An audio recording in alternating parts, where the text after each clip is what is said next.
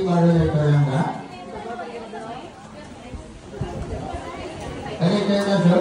May aralin ka? Transport na lang siguro. Oo, dito sa tunga. Boss? Boss?